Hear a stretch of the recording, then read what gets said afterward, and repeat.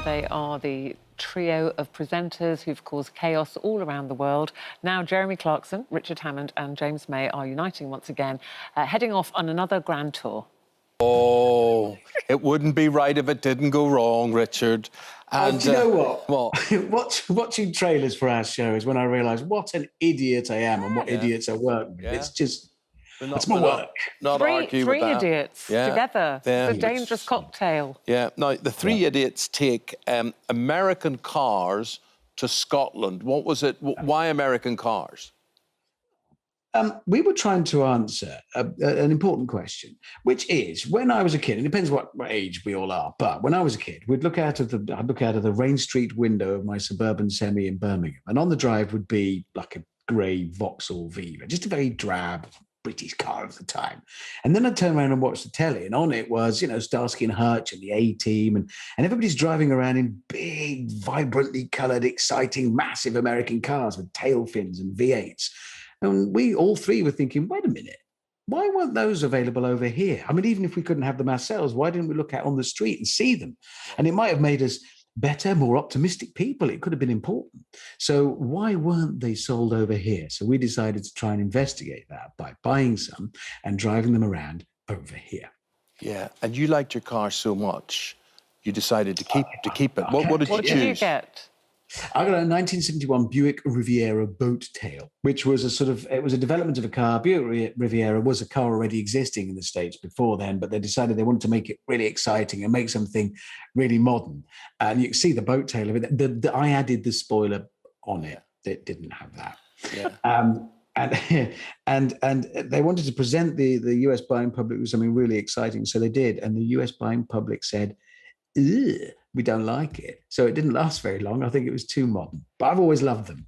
And that's the point. We all three got cars we've always loved since we were kids.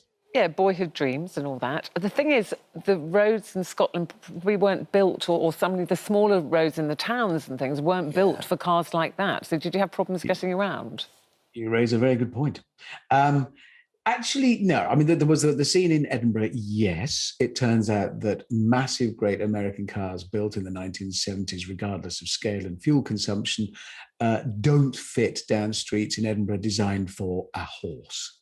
Yes, right, gotcha. But the rest of the time, and the reason we went to Scotland, let's not forget, is, we were a bit limited as to where we could go at the time. And we thought, well, we still want to do something. It's our job.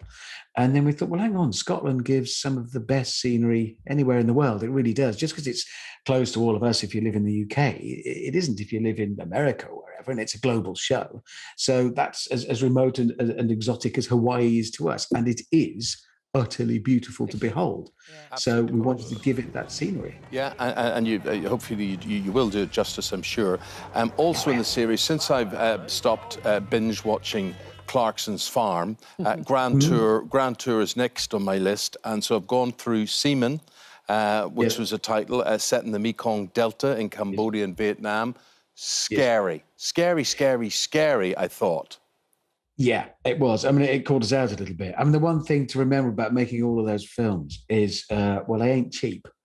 And we can't just sort of set off somewhere in the hope that something happens and we'll come back with the film, because then Mr. Woolman, when he's in the edit, and he is, a large part of he is the genius behind it, he needs to have the stuff to make an exciting show from. But we sort of know, if we set the hard points up, right, we'll do this, and then we'll do that, and then we'll do that. But we know actually it's the bits that happen in between unexpectedly that make the show, that Woolman then sits in the edit and goes, You do very dangerous things as well, Richard. I know it's all, all laughing and it's fun, but some of it is so dangerous. And you capsized a boat this time, didn't you?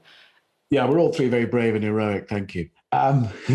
Yeah, I did. That was stupidity. It's because, actually, again, this was completely unplanned. It's the way I tied the rope onto the boat. It was a little fishing boat. We borrowed it from a fisherman. And I tied it onto this massive floating pontoon that Jeremy was on. So with him on it as well, it weighed a couple of 1,000 tons. And I was trying to pull it with this little boat, but I tied it on the top. So completely unexpectedly, it flips the boat and sinks. There, you see, it gets a lot worse after that. So the boat sunk. So the boat you'd borrowed from the fisherman sunk. What about you? Because you're fully clothed. I mean, did you have a life jacket? Yeah. Well, you see, I'm from Birmingham. We're not good at swimming in Birmingham. It's just not what we do. We're a long way from the sea. And this was the sea off the coast of Uist, which is an island off Scotland. So it's proper chilly. And I suddenly realized, it is going over, it's going under.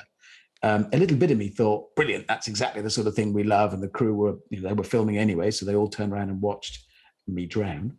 But I was wearing an Aran sweater, jeans, boots, and a big wax jacket. And I splashed about and swam, freezing cold for a bit. I managed to get out, standing on the bank, as it were, chatted to the others. And I did realize then, as I looked at, it's all right. That's how I made it out. I had a life jacket on. And then Jeremy laughed. I hadn't pulled the cord to, you have to. I hadn't done that bit. So it was just more weight.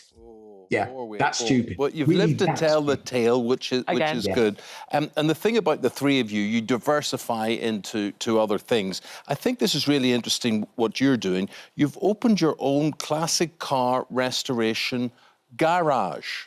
Yeah, I know. I think it might all be tied up with my midlife crisis. My grandfather was a coach builder, so he built cars at Mulliners and latterly at Jensen. And I've always wanted to sort of belong properly in the car business. And I'm very passionate about classic cars. So I've opened, a workshop for real with two mates who've been restoring cars for years and have worked on many of mine. But we've gone into business together. Yeah. So I'm trying to be all grown up and sensible. Well, good luck with that, because, I think that's wonderful. I just think that's like being an archaeologist and preserving things. It's absolutely brilliant to see how beautiful these things are and amazed at what you can do with them. But while you're doing that, Jeremy Clarkson's running his farm. I was reading that both you and James are banned from being on the farm. He doesn't want you there. I read that. Yeah. And I was because I love the show, and the key thing about the show, and you can tell the second you watch it, it is a genuine passion, and I know that about him anyway. But it's not for effect, it's not for telly. It genuinely is something he wanted to do and wanted to get to grips with himself, and that's fantastic. I mean, and that shines through. It wouldn't be as convincing and as entertaining as it is if it weren't true. So that's what's at the heart of it. So we're all three sort of doing stuff to occupy ourselves as we're getting old, as they're getting old. Yeah, you said there it's all genuine. I do think sometimes some of the things that happen to you on the Grand Tour, people think, they must have set that up. Say even the boat capsizing. It looks good, but they probably set that up.